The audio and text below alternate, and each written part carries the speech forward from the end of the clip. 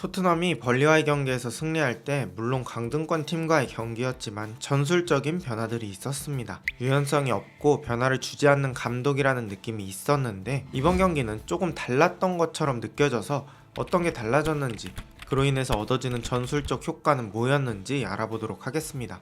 이번 경기 첫 번째 변화는 스킵의 활용 방법입니다. 우도기와 벤 데이비스의 부상으로 인해서 왼쪽 풀백은 전문 풀백 에메르송이 대신하게 되었습니다. 하지만 지금까지의 포스테코글루 감독은 우도기 대신에 벤 데이비스가 와도 에메르송이 와도 선수의 특성을 고려하지 않고 똑같은 롤을 줬었죠. 우도기처럼 쓴다는 게 뭔지 간단히 말씀드리겠습니다. 원래 토트넘은 공격할 때 우도기, 포로를 모두 공격 진영에 올려놓습니다. 그리고 둘 중에 우도기는 거의 손흥민과 동일 선상까지 올리죠.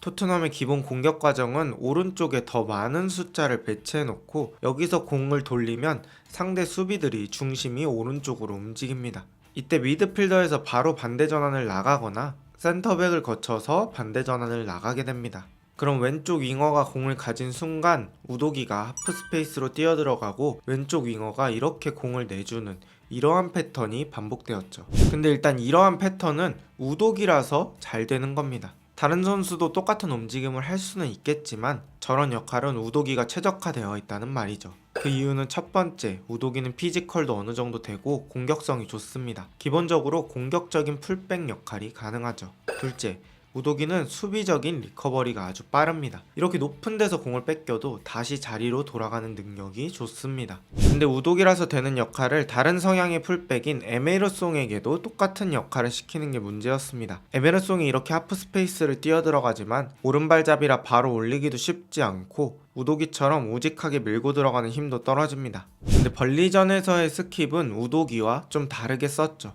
선수의 플레이 스타일을 존중하고 반영해준 결과입니다. 존슨과 반더벤 사이의 거리가 멀어서 뒤로 리턴 나가기 힘들 때가 있는데 그 사이를 스킵이 채워주면서 둘 사이에 연결고리가 되기도 하고, 상대에게 역습당할 상황이 있으면 1차적으로 먼저 지연을 해주면서 상대의 역습 속도를 늦추고 상대방을 눌러놓는 역할을 하기도 했습니다. 그렇지 않고 중원에서 이렇게 공을 돌릴 때는 스킵을 중원에 가담시켜서 공을 돌릴 때 필요한 숫자를 늘려줬습니다.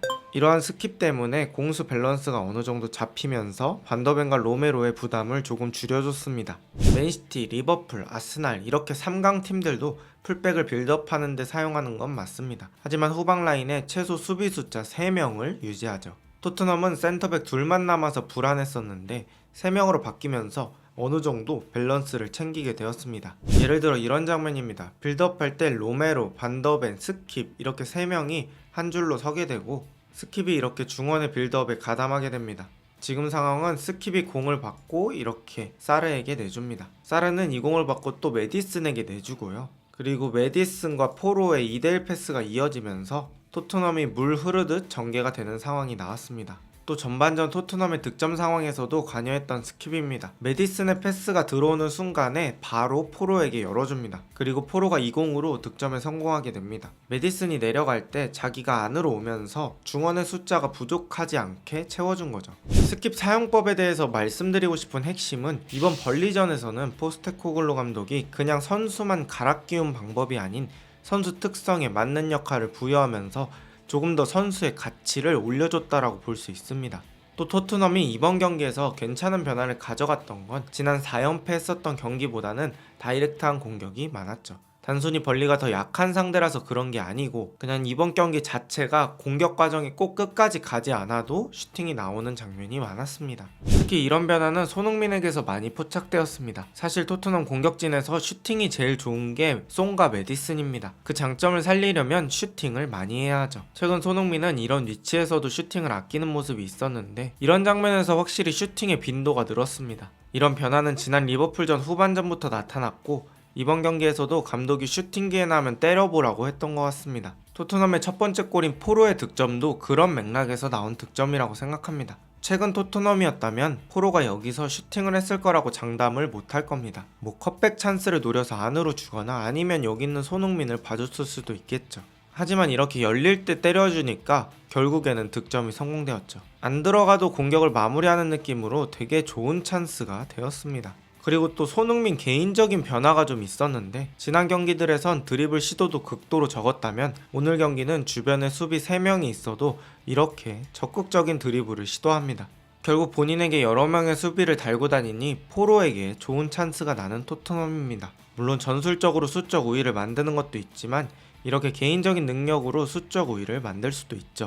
슈팅이든 드리블 시도든 이런 다이렉트한 시도들이 늘어난 게 좋았던 변화입니다. 마지막 변화는 이론상으로만 생각해봤던 반더벤의 잡풀백입니다. 당연히 우도기가 있을 때는 반더벤이 센터백에서 뛰는 게 더 좋죠. 하지만 이런 특수한 상황에서는 토트넘의 시그니처 공격을 구현하기 위해 왼발 풀백이 필요했습니다. 그리고 반더벤이 실제로 그걸 구현해줬죠. 일단 원래 센터백에서 자주 하던 피지컬 경합을 풀백 자리에서도 할 수 있다는 게 큰 장점입니다. 평소 센터백 위치보다 조금 더 높은 위치에서 피지컬적인 장점을 활용할 수 있죠. 헤더 경합 역시 일반 윙어들보다는 훨씬 키가 크기 때문에 상대적으로 우위에 있는 반더벤입니다.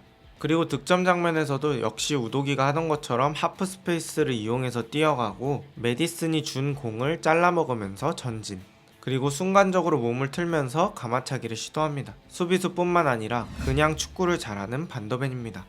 벌리전 승리는 토트넘에게 비교적 큰 의미가 있습니다. 첫 번째, 일단 4연패를 끊었고요. 결과적으로 무조건 필요했던 승리였습니다. 두 번째는 왼쪽 풀백이 C가 마른 상황에서 스킵과 반더벤이라는 큰 수단을 2개나 얻었습니다. 그리고 이 결과를 가져온 게 포스테코글루가 전술적으로 변화를 줬기 때문이라고 생각합니다. 과연 포스테코글루 감독은 이번 시즌 말 그리고 다음 시즌에도 변화를 주면서 운영을 할 수 있을까요? 오늘 영상은 여기까지입니다. 좋은 하루 되세요.